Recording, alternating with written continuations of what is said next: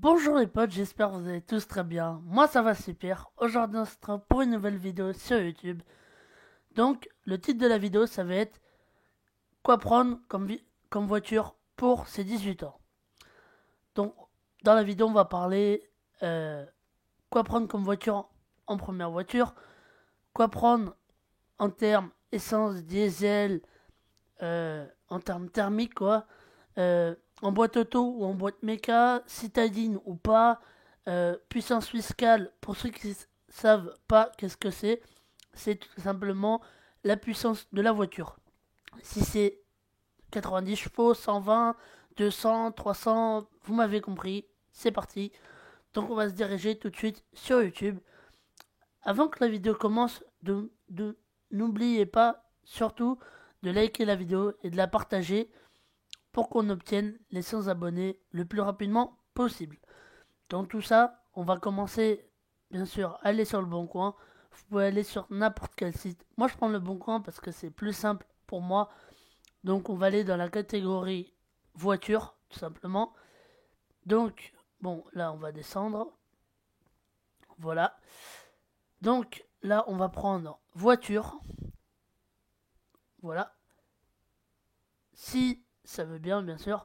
Le prix, moi, j'aurais dit en première voiture, en général, est fini dans un mauvais état entre 0 et 1000 et 2500, 2000. Voilà. Donc on va pas s'embêter, hein. Marque, je mets pas spécifiquement une marque parce que une voiture qui est en bon état, qui est bien entretenue, c'est une bonne voiture pour commencer. Donc là on va mettre essence, en tout cas pour moi, parce que je trouve que c'est mieux l'essence. Au niveau entretien, ça coûte moins cher. Au niveau déjà, au niveau bruit, au niveau efficacité, tu as plus la puissance avec un essence qu'avec un diesel. Donc là, on va mettre... Hop, je vais un peu trop vite. Donc là, en couleur, on va rien mettre. En termes de boîte de vitesse, pour commencer, je pense, pour ceux qui veulent commencer, pour moi, c'est mieux la boîte, la boîte méca qui dit boîte manuelle et non pas automatique. Euh, donc, on va appuyer sur boîte manuelle. Après, vous pouvez prendre laquelle que vous voulez, en boîte auto ou en boîte méca. C'est pareil. Donc, voilà. Donc, bien sûr, là, on va valider les filtres. Et moi, je vous conseillerais aussi, c'est de prendre en professionnel parce que on a plus confiance. Après, ça dépend de certains garages. Faut savoir qu'on peut se faire avoir à tout moment. Et ça, c'est un peu embêtant, je trouve. Donc, toute la France, type de voiture, on va bien sûr mettre citadine, parce que je trouve que c'est mieux. Et c'est surtout en termes d'assurance, faut pas se le cacher, hein. Parce que, voilà quoi. Ça coûte. En vrai, les assurances, faut le dire, c'est des voleurs quoi. Parce que ils te prennent pour un pigeon, ils te prennent je sais pas combien d'argent par mois. Donc voilà. Donc là, on va faire rechercher, tout simplement. Donc là, ça va mettre ça, les recherches.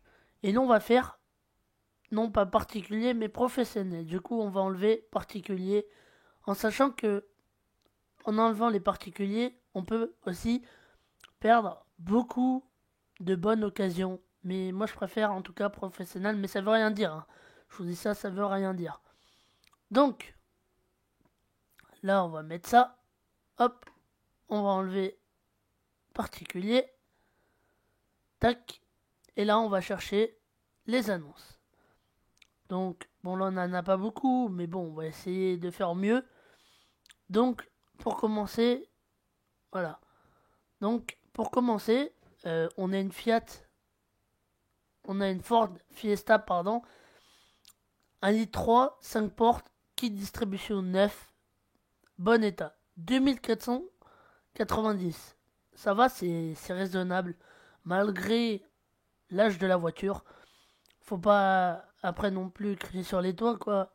Pour 2500, on n'a pas voiture ouf.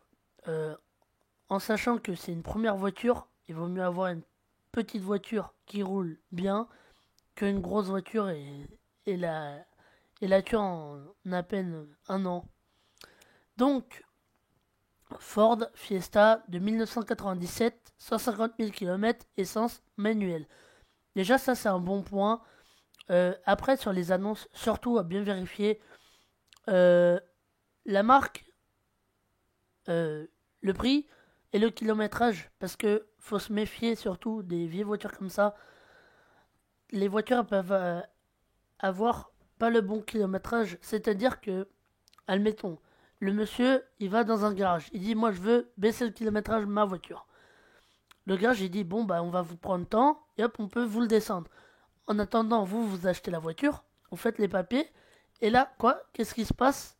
Bah vous pouvez pas parce que le kilométrage il a été trafiqué. Donc surtout au niveau kilométrage, toujours vérifier ça là.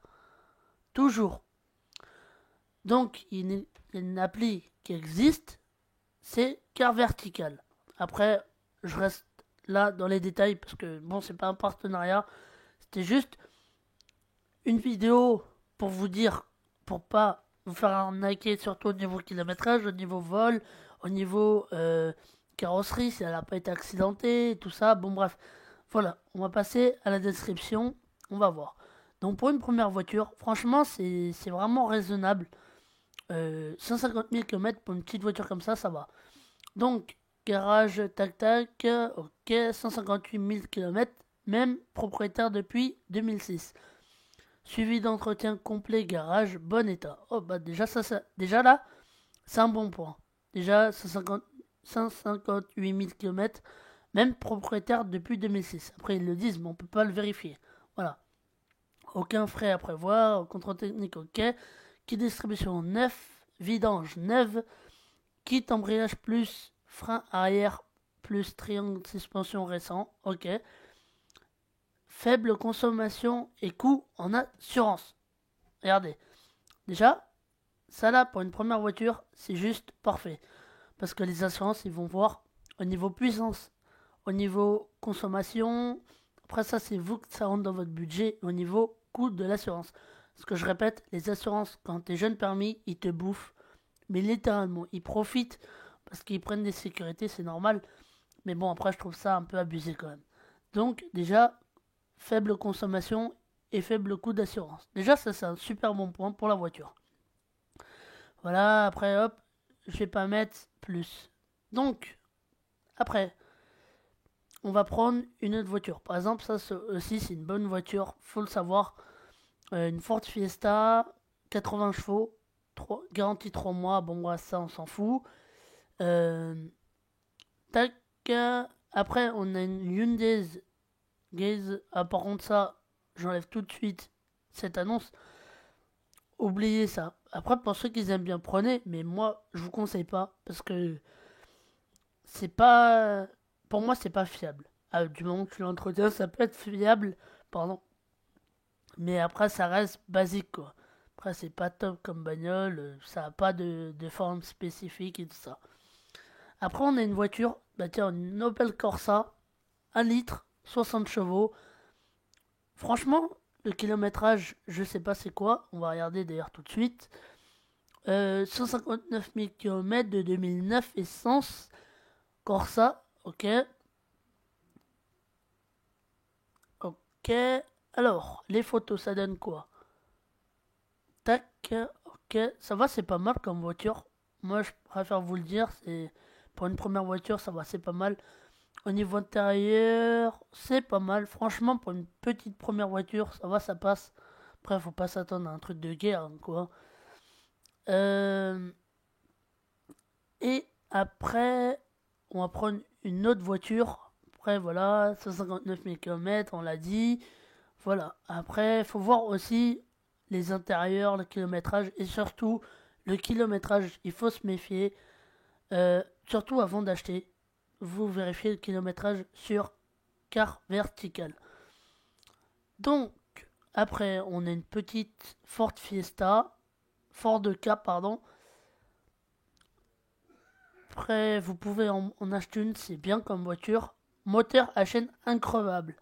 Alors je tiens à dire tout de suite, hein, un moteur à chaîne, c'est bien, mais quand il pète, il pète. C'est-à-dire que le moteur, il est mort en fait.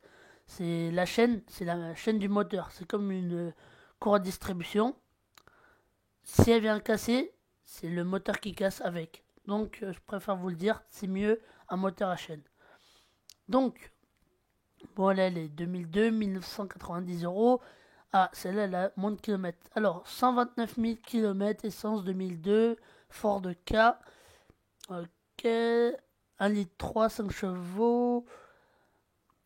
Coût de la carte grise, ok. 107 euros. Oh, ça va, c'est pas cher. Remarque le véhicule, comment il est bien. Voiture très économique avec moteur à chaîne. Véhicule suivi et révisé, contrôle technique, ok. Bon, c'est parti. Donc voilà, ça c'est encore un autre modèle de voiture qui est potentiellement pas mal. Après, voilà, c'est une petite citadine. Et là, on va finir par une petite dernière. Tiens, on va prendre une 406. Alors, je tiens à dire, cette voiture-là, elle est bien. Mais ça commence, les valeurs, si c'est une bagnole bien entretenue, ça commence à côté. Mais après, je tiens à vous le dire, c'est une très bonne voiture. Parce que mon père en a eu une et franchement, c'est vraiment pas mal. Bon, c'était en boîte auto, mais c'était une série limitée. Franchement, c'était vraiment pas mal du tout. Donc, là, on va prendre une autre voiture. Allez hop, on va prendre tiens, une 106. Bon, non, une C3. Allez hop, on va prendre la C3. Ce sera la dernière de la vidéo. Donc, C3, 1 litre 4, 75 chevaux, pack, clim, garantie 3 mois, 2190 euros. Ça va, ça n'a pas l'air très élevé comme prix. Ah non, mais là par contre on oublie, hein. Alors, je tiens à vous le dire, pour une petite voiture, ça peut passer, mais en général avec 200 000 km, t'évites d'acheter ça, quoi. Malgré que, tu vois, regarde, moi je l'ai pas mis dans la vidéo, dans la barre de recherche. J'aurais dû, mais malheureusement je l'ai pas fait, et ça c'est un problème, quoi. Donc voilà. Donc les amis, j'espère que la vidéo vous aura plu. Surtout n'hésitez pas à liker, partager et commenter, et bien sûr à vous abonner. Et dites-moi des idées de vidéos en commentaire, ça me ferait extrêmement plaisir. Et avec plaisir, je vous réponds en commentaire. Je vous mets mon Insta dans la barre de description. Si vous voulez m'envoyer des messages, c'est avec plaisir. Et moi je vous dis à la prochaine. Portez-vous bien. Bye bye.